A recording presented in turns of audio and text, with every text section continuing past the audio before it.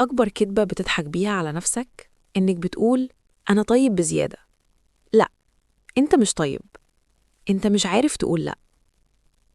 تقوية الشخصية مش إنك تبقى عصبي، ولا إنك تبقى قليل الأدب، ولا إنك تمشي تتخانق مع الناس. تقوية الشخصية إنك تبطل تبقى نسخة مستنية رضا الكل. ليه دايماً بتخاف تزعل حد؟ ليه دايماً بتحاول تبان لطيف حتى لو على حساب نفسك؟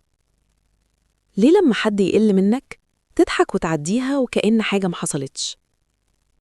الشخصية الضعيفة مش باين عليها، ممكن تبقى مبتسم ومهذب والناس بتحبك، بس من جواك مكسور. عارف أول خطوة تقوي بيها شخصيتك؟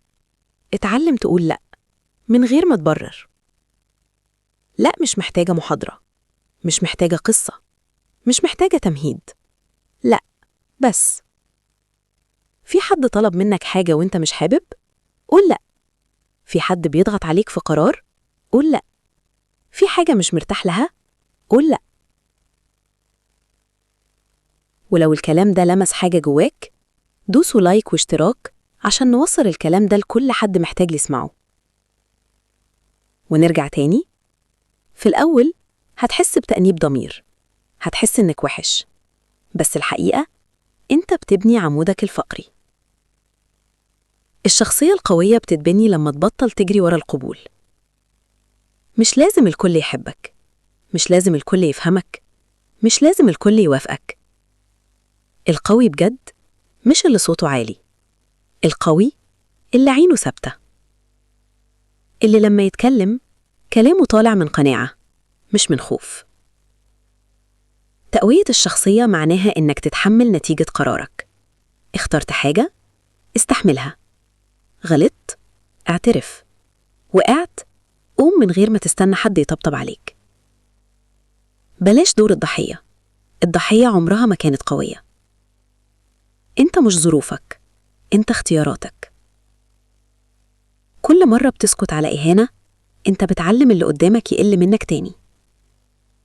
كل مرة بتتنازل عن مبدأ عشان تمشي الدنيا، انت بتخسر جزء من احترامك لنفسك. واللي ما يحترمش نفسه محدش هيحترمه. عايز تبقى قوي؟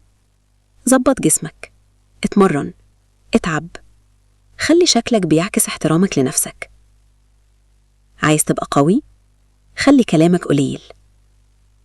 ما تشرحش نفسك لكل حد، ما تبررش حياتك للناس. مش كل سؤال لازم يتجاوب، ومش كل رأي يستاهل رد. القوة إنك تختار معاركك.